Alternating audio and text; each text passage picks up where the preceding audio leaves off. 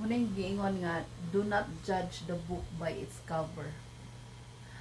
Pangit kay siya tanawon. Let's see kung ni sulod ba gid iyang kapangit sa sulod. Ni sunok. Okay. Kan para manig kamigin ang among avocado. Ato yung ipakanaw. Ah, luoy. Gwapo siya. Hello. Na, di kakaingon. Gwapa siya.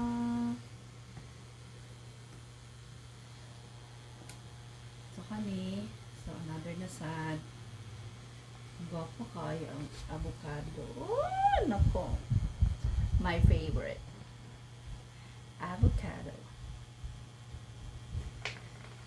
So, itong buhaton karon mag-shake taog avocado with lumugugwa po jud kayo with chia seeds.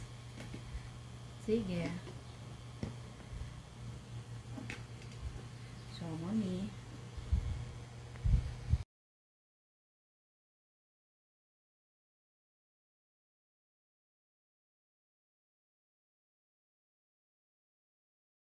Butangan na to siya o chia seeds.